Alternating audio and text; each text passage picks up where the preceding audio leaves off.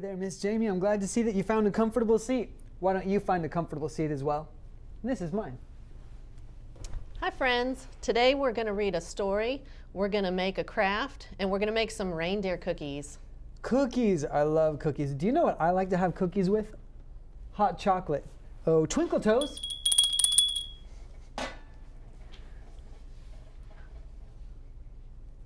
This looks delicious. Thank you. Yum. Thank you so much. Ooh. Well, cheers. Cheers. Ooh. Hot, hot, hot. Ooh. Well, I'm going to let mine cool down. And while we do that, we have a story. Miss Jamie, what is that story? Today we're going to read The Polar Express, written and illustrated by Chris Van Allsburg.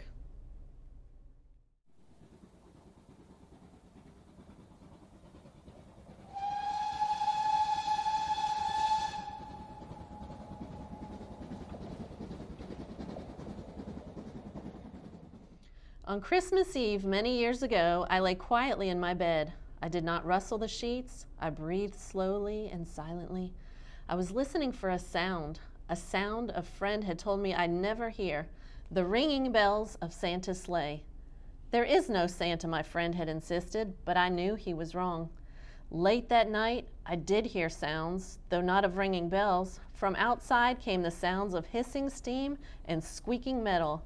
I looked through my window and saw a train standing perfectly still in front of my house. It was wrapped in an apron of steam. Snowflakes fell lightly around it. A conductor stood at the open door of one of the cars. He took a large pocket watch from his vest, then looked up at my window. I put on my slippers and robe. I tiptoed downstairs and out the door. All aboard! I ran up to him. Well, are you coming? Where? Why, to the North Pole, of course. This is the Polar Express. I took his outstretched hand and he pulled me aboard.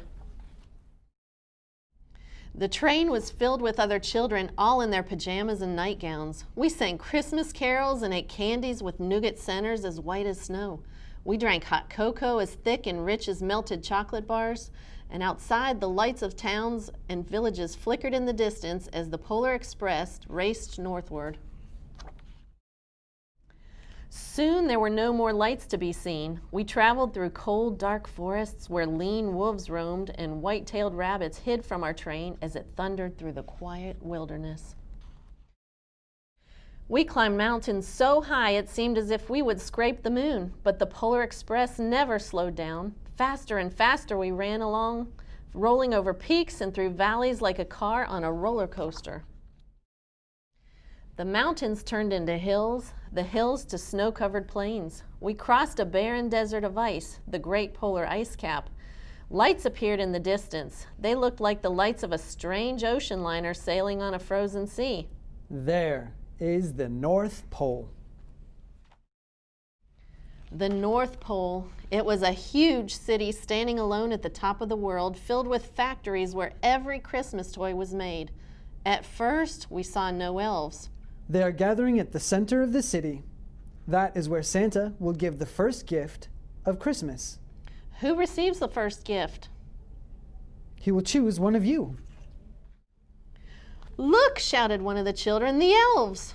Outside, we saw hundreds of elves. As our train drew closer to the center of the North Pole, we slowed to a crawl. So crowded were the streets with Santa's helpers. When the Polar Express could go no farther, we stopped and the conductor led us outside. We pressed through the crowd to the edge of a large open circle. In front of us stood Santa's sleigh. The reindeer were excited. They pranced and paced, ringing the silver sleigh bells that hung from their harnesses. It was a magical sound like nothing I'd ever heard. Across the circle, the elves moved apart and Santa Claus appeared. The elves cheered wildly. He marched over to us and said, pointing to me, "Let's have this fellow here." He jumped into his sleigh. The conductor handed me up. I sat on Santa's knee. Now, what would you like for Christmas? I knew that I could have any gift I could imagine, but the thing I wanted most for Christmas was not inside Santa's giant bag. What I wanted more than anything was one silver bell from Santa's sleigh. When I asked, Santa smiled, then he gave me a hug and told an elf to cut a bell from a reindeer's harness. The elf tossed it up to Santa. He stood holding the bell high above him and called out, "The first gift of Christmas!" A clock struck midnight as the elves roared their approval. Santa handed the bell to me, and I put it in my bathrobe pocket. The conductor helped me down from the sleigh. Santa shouted out the reindeers' names and cracked his whip. His team charged forward and climbed into the air. Santa circled once above us, then disappeared in the cold, dark polar sky. As soon as we were back inside the Polar Express, the other children asked to see the bell. I reached into my pocket, but the only thing I felt was a hole. I had lost the silver bell from Santa Claus's sleigh. "Let's hurry outside and look for it," one of the children said, but the train gave a sudden lurch and started moving. We were on our way home. It broke my heart to lose the bell. When the train reached my house, I sadly left the other children. I stood at my doorway and waved goodbye. The conductor said something from the moving train, but I couldn't hear him. "What?" I yelled out. He cupped his hands around his mouth. "Merry Christmas!" The Polar Express let out a loud blast from its whistle and sped away. On Christmas morning, my little sister Sarah and I opened our presents. When it looked as if everything had been unwrapped, Sarah found one last small box behind the tree. It had my name on it, and inside was a silver bell. There was a note. "Found this on the seat of my sleigh. Fix that hole in your pocket. And it was signed Mr. C." I shook the bell. It made the most beautiful sound my sister and I had ever heard. But my mother said, "Oh, that's too bad." "Yes," said my father, "it's broken." When I'd shaken the bell, my parents had not heard a sound. At one time, most of my friends could hear the bell, but as years passed, it fell silent for all of them. Even Sarah found one Christmas that she could no longer hear its sweet sound. Though I've grown old, the bell still rings for me as it does for all who truly believe.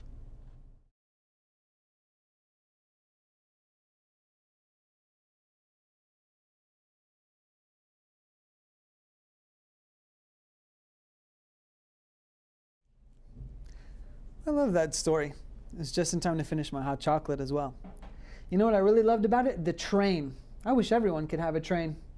I can show you how to make one with stuff you have laying around the house. Can you? I can. All right. We probably need a flat surface to begin, do you think? I think so, yes. Twinkle toes. Perfect. Miss Jamie, what else do we need? Well, we're going to need toilet paper tubes, yarn, and bottle caps. Bottle caps. I think we could do that. Tinselina. Perfect. Thank you so much. So I'm going to show you how to make a train out of toilet paper tubes, yarn, and milk caps today. For time purposes, I pre-painted and pre-hole punched, but we are going to start with our engine, and I painted that red.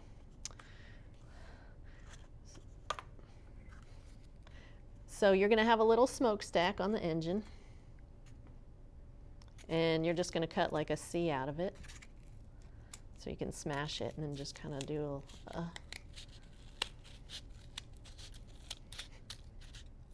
And how old would you like children to be before they have maybe an older sibling or a parent helping with this kind of project? I'd say probably kindergarten. Kindergarten and younger probably need a parent. And then we're going to hot glue that. And we're going to put that on the engine.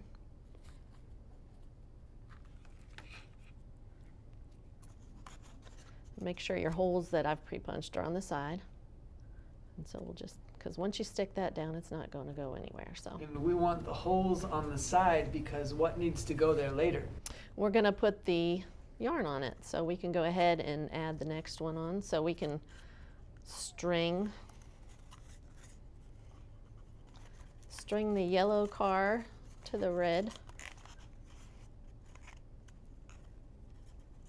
And you're just going to tie a little knot in that. Doesn't quite look like my train, but looks No, good to me. it's not as fancy, but it's all stuff you have laying around the house, especially toilet paper tubes. It's true. We have plenty of those lying around, I'm sure. Right. And we're going to do this side.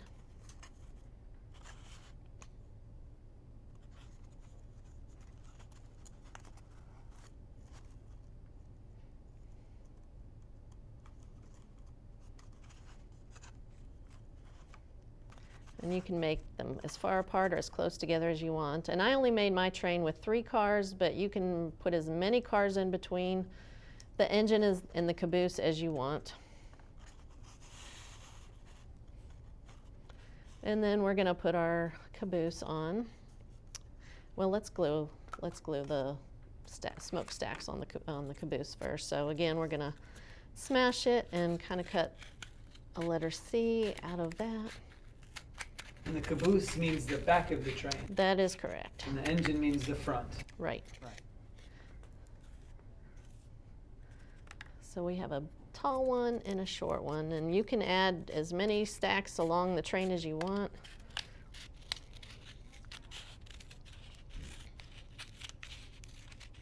And I just cut a little arc out of it when I'm done with those. And then again, we can glue that to our caboose and make sure the holes are on the sides. And we're just going to put a little bit of hot glue.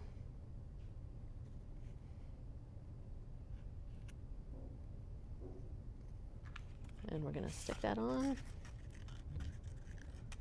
And again with this shorter, or that's the taller one.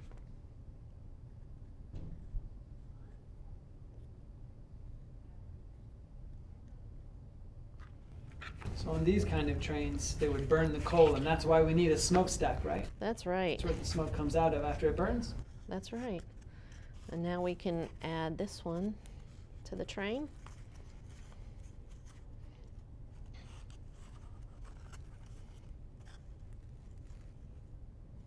And again, we're going to just tie these on.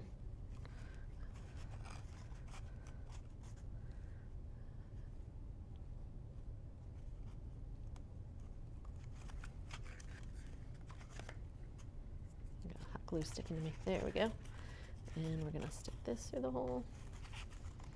Now this you might need a parent for because fine motor skills with little children aren't as good. So you might need a parent to help you with the tying on this.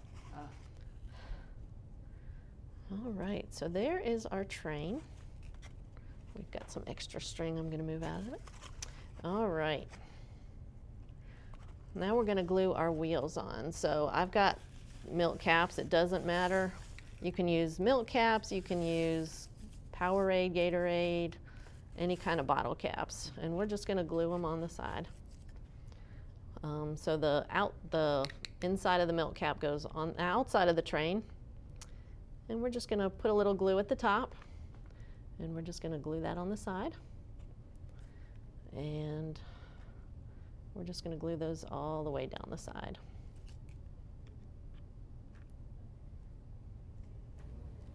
You sure are fast at this. Well, I've had lots of practice with my other one, but And the other one, if you added more train to it. yeah, you need So there'd be a lot of caps. four milk caps for each car. So this one takes 12 milk caps. You add more, it's 4 milk caps per train, so or per car. And I'm going to turn this around. And we're going to add them on this train. I also made a reindeer while I'm doing this. I also made a reindeer out of toilet paper tubes, and I added a red puffball for its nose. I got some sticks out of the yard after our storm and cut up some sticks, glued those to the bottom, hot glued some googly eyes, and then a brown pipe cleaner, so you can make some of Santa's reindeer to go with your train too. I think I know which reindeer that one is. It's got a bright nose. That's what tipped me off. Rudolph. Mm-hmm. All right. And there is your toilet paper tube train. Now I need to move some of these up a little bit. But there you go. I can't believe how fast you made that. Very good. And you can do that at home too. Well, I know a few kids who are gonna love this. I'm gonna put it away for them for later. So now that we've done that, I was wondering, last year you made this amazing cookie for me and we had the hot chocolate with it. I was wondering, could I get the recipe for that? I'll do you one better and I'll show you how to make it. Really? Peppy Sparkle Pants? There you are. Thank you so much. And I'll take that one. Thank you, Peppy. So now we're going to make reindeer cookies, and what you need is graham crackers, chocolate chips, pretzels, M&Ms, and then some chocolate frosting. So all we're going to do is we're going to take our graham cracker and a little bit of frosting, or a lot, depending on how you like it. I'll probably be right there in the middle. And we're just going to spread that frosting over the entire cracker. All right. And then we're going to take 2 chocolate chips for the eyes. Now I always like to put mine on the corner, that way the nose is right on the edge. And I'm going to take a red M&M and make Rudolph. And then I'm going to take 2 pretzels for the antlers. And I'm going to kind of stick those down in the frosting so they stick real good. And there is our no-bake reindeer cookie. Looks great. I love these, Jamie. I've really missed these since last year. And they're so good. They really are. It's pretty important. You got to remember to clean up. Well, now that that's done, we have a new toy. We have new snacks for the train. Thank you so much, Jamie. It's always a pleasure. I'll see you next year. See Bye-bye. you. And thank you for joining us. I hope you had a fun time too.